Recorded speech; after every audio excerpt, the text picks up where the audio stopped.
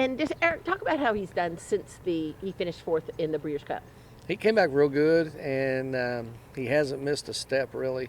What we originally had planned was give him a break, as everybody knows, but we just feel like he didn't have to exert himself the way we thought in the Breeders' Cup. So I thought, let's give him a week of training on the track and just make sure that, this Clark is even remotely possible. And the second day out there, he was raring up and acting like his old self. So trained him through the first week, drew a blood. The blood was great. Called Rick and I said, we have 2 weeks. You want me to keep going? And he said, absolutely, which I kind of agreed on. And, I mean, he acts like he's really ready to run, but this is the first time I've ever done this, so I'm not sure. Yeah, I mean, he's got a shot at another grade 1, which is going to help him in a lot of ways if he wins. And, there's a chance maybe if he wins that it gets him in the running maybe for the Eclipse. I think it might already be decided, but at least he'd be in the running. But I think it would be good confidence builder for him. It'd be nice for him to win a race, and he's going to get a big, long, lengthy break after this. So as long as he continued to train this week like he had last week, I thought it was definitely a go, and he seems to be telling me he's ready. He'd be one of only a handful of Derby winners to win the Clark, and the first, I think, since like the early 1900s to win it as a 3-year-old. A Derby winner to win the Clark was a 3-year-old. Do you think about that too? Just adding, he already has, been the second longest shot in the history of the Derby, but adding to his legacy what he can do as long as he's doing well? Yeah, that might be a good omen even, that there's another long time since anybody's pulled this off. But, I mean, we're not really thinking about that kind of stuff. I didn't even hear about it, I don't think, till the other day. And I think we had talked about it once before maybe. But really, the thing to me is the 3-week turnaround. I wouldn't even have considered it if it was at another track, and I wouldn't probably have considered it 3 months ago. But he's a lot bigger, stronger horse now, and his mind is right. So if he's ever going to do a 3-week turnaround, it would be now. And he won't ever have to do it again. Talk about his race in the Breeders' Cup. I thought he broke fine, and, originally we wanted to make sure that we were able to run as good as we could and hopefully finish in front of Taiba and Epicenter. And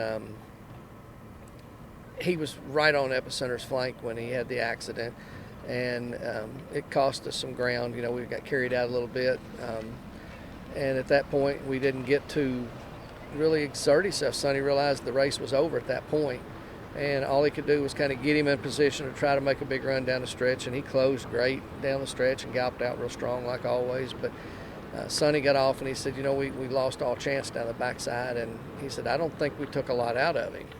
And he actually told us at the barn later, are we going to consider running in the Clark? And that was when it first came up.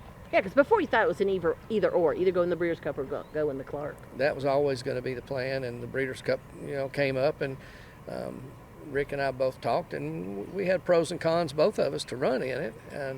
But I think it was the right thing to do. And I think, we ran a great race considering we had some trouble, and he came out of it really good. So this could be a way to end with a sunshiny day before winter sets in, but we don't know yet.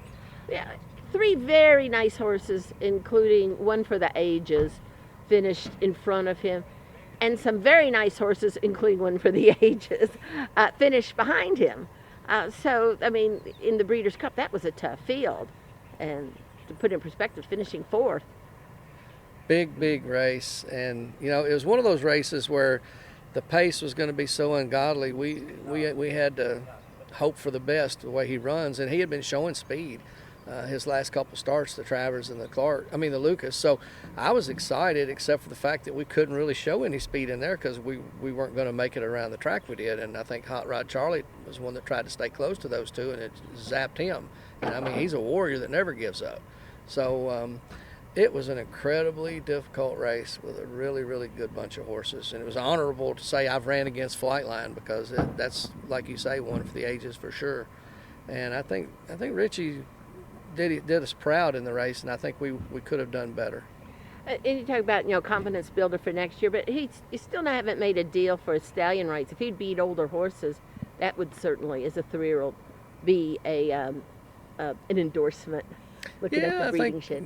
I think if we weren't going to run next year, we'd already have stuff on the table. But that's what we're going to do, and our plans have always been to run next year. So it makes it difficult to do a deal because you know, there's a lot to racing a horse like Richie, and we don't want to get into any kind of an arrangement where we be compromised in the way we manage. You and Rick Dawson feel like you're playing with house money at this point? I mean, you got the race everybody wants.